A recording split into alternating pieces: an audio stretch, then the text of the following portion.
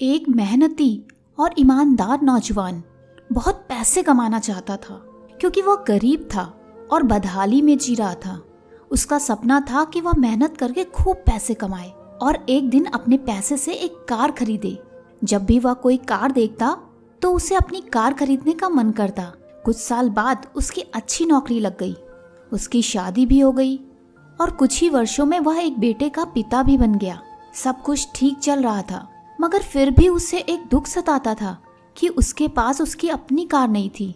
धीरे धीरे उसने पैसे जोड़कर एक कार खरीद ली। कार खरीदने का उसका सपना पूरा हो चुका था और इससे वह बहुत खुश था। वह कार की अच्छी तरह देखभाल करता था और उससे शान से घूमता था। एक दिन रविवार को वह कार को रगड़ रगड़ कर धो रहा था, यहाँ तक कि गाड़ी के टायरों को भी चमका रहा था। उसका 5 वर्षीय बेटा भी उसके साथ था। बेटा भी पिता के आगे पीछे घूम घूम कर कार को साफ होते देख रहा था। कार धोते धोते अचानक उस आदमी ने देखा कि उसका बेटा कार के बोनट पर किसी चीज से खुरच खुरच कर कुछ लिख रहा है। यह देखते उसे बहुत गुस्सा आया। वो अपने बेटे को पीटने लगा। उसने उसे इतनी जोर से पीटा कि बेटे के हाथ की एक उंगली ही टूट गई।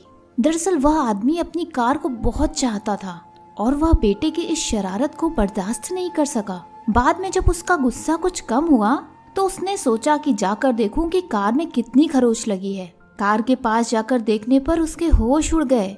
उसे खुद पर बहुत गुस्सा आ रहा था। वह फूट फूट कर रोने लगा। कार पर उसके बेटे ने खुरच कर लिखा था, पापा आई लव यू। यह कहानी हमें यह सिखाती है कि किसी के बारे में कोई गलत राय रखने से पहले या गलत फैसला करने से पहले हमें ये जरूर सोचना चाहिए कि उस व्यक्ति ने यह काम किस नियत से किया है। तो दोस्तों, आशा करती हूँ दिल को छू लेने वाली कहानी आपको बहुत पसंद आई होगी।